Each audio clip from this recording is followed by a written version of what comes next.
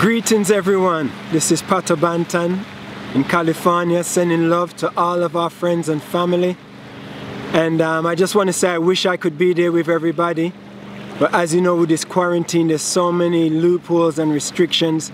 It's very difficult to travel right now, but as soon as I can get a chance I will be back over to come and see everybody, alright?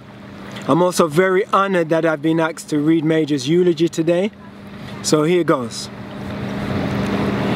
Today we come together in the spirit of unity, not to mourn the dying breath of my youngest brother, but rather to celebrate a life well lived by someone who has earned his place in the pages of history, someone who is gone but will never be forgotten, someone we all know and love so deeply, and someone who will forever have a place in our minds and in our hearts.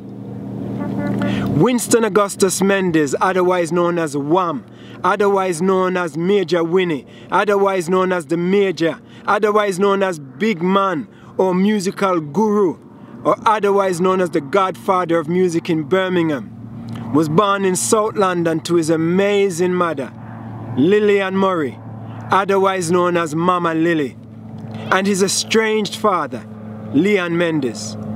But by the age of 1, he was relocated to Birmingham and remained there for the rest of his life. From my personal observations, Major enjoyed a happy childhood. He was a beautiful baby and grew up to be a handsome man. It was easy to love him because he was so lovable. He had a heart of gold, and he was consistently kind to everyone around him. Even when they didn't deserve his time or kindness, he would give it freely. He was a gentle giant, a supportive son, a brilliant brother, a forgiving father, and a loyal friend to everyone that was genuine and became a part of his inner circle of friendship. Major seemed to be super talented and quickly mastered anything that he truly enjoyed. He was a semi-professional ping pong player, the best snooker player in our community. Yes, Uma, he was much better than you. Major was a bodybuilder, reggae MC, hip-hop rapper, and an amazing dancer. Yes, just like his mother, Major loved to dance, and he could moonwalk much better than even Michael Jackson. So it was no surprise to me that after taking him on tour to America and introducing him to music production in the recording studio, that he would take it to the next level and become the best music teacher and one of the best ever producers in our city. Major lived a life of unselfish loving service and commitment to so many young people of all races and walks of life. It earned him the title of the Godfather of music in Birmingham. Major was a good man and a loving soul.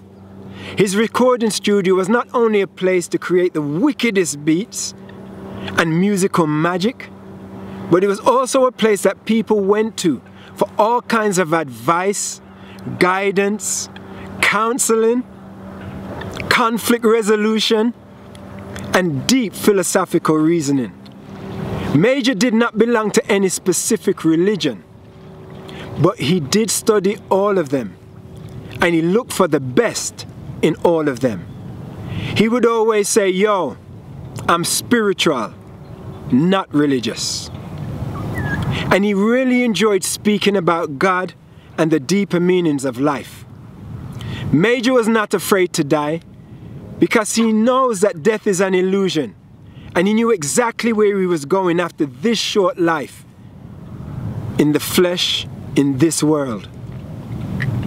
Major is survived by his awesome mother and his father, Auntie Patsy and Uncle Bill, his 4 brothers, Clive, Pato, Uma, and Rupert, 2 beautiful sisters, Audrey and Precious, and 2 foster brothers, Ling Chung and our big brother, Dennis. Major is also survived by his 5 children. Desreen, born to Donna, and Tanisha, Cerise, Ramel, and Renee, born to Anna. His stepson Junior was already born to Anna when they decided to build a home and raise a family together. But Major raised Junior as his own flesh and blood. Regarding his 6 grandchildren, Desreen has 3 children, Tasiah, Taylor, and Zion. Junior has a son, Thiago. Ramel has a daughter, Lyra, and Tanisha has a son named Tier. Because Major was the youngest brother, I never honestly expected him to be the first one to make his transition from this world to the next.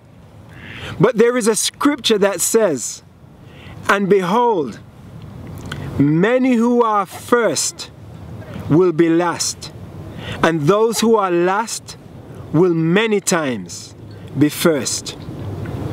There is also a conversation where a young girl asked her mother, "Mommy, why does God take the good people first?" And her mother replied, "In God's garden, the best flowers are always picked first." So today, I'm wiping away my tears and celebrating the life and graduation of my baby brother. I'm looking forward to seeing him again in a better place, in the mansion worlds, where there will be no more pain, suffering, or death. You see, Major loved to laugh, and he was happy when the people he loved were happy too. So let's do our best to be happy while we remember all the amazing memories he has left us with, and while we look forward to our future family reunion, when we will all be together again, hugging and laughing and remembering the good times we had on planet Earth. But for now, I'm asking everyone to stand up. Make some noise and put your hands together as we give the Major a huge round of applause for the amazing life he lived, the amazing memories he gave us, and just for being such an awesome brother and friend to everyone. Let me hear you, everybody. Major, I salute you. Blessed love. See you soon.